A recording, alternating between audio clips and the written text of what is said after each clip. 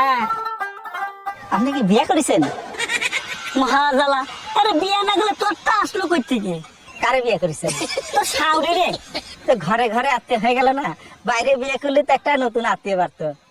ওরে আল্লাহ রে, তুই চুপ কর চুপ কর। শ্বশুর ফাদার, হ্যাঁ এই যে এত বড় নদী, হ্যাঁ, ওই যে দেখি বিল, হ্যাঁ। কিটা কাটেছিল? তোর বাপ কাটিছিল। এত মাটি ফেলেছিল কারণ আমি খাইছিলাম রে, আমি খাইছিলাম।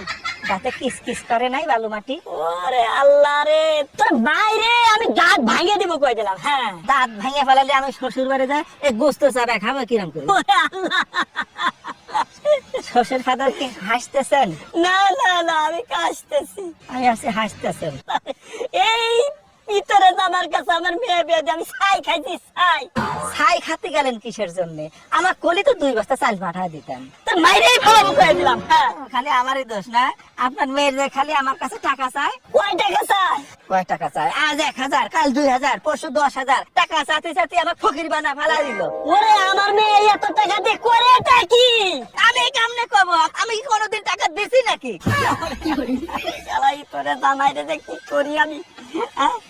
এই রে তোর আল্লাহ, তুমি আমারে উঠায় নাও। দেশের শ্বশুর সমাজেরে বলি, মেয়েকে বিয়ে দেওয়ার আগে জামাইয়ের সাথে মেয়ের মানাই কিনা, জামাই বুকা কিনা, এই সব কিছু দেখে তারপরে তোমরা তোমাদের মেয়েরে বিয়ে দিও। শ্বশুর ফাদার কি যাত্রা করতেছেন?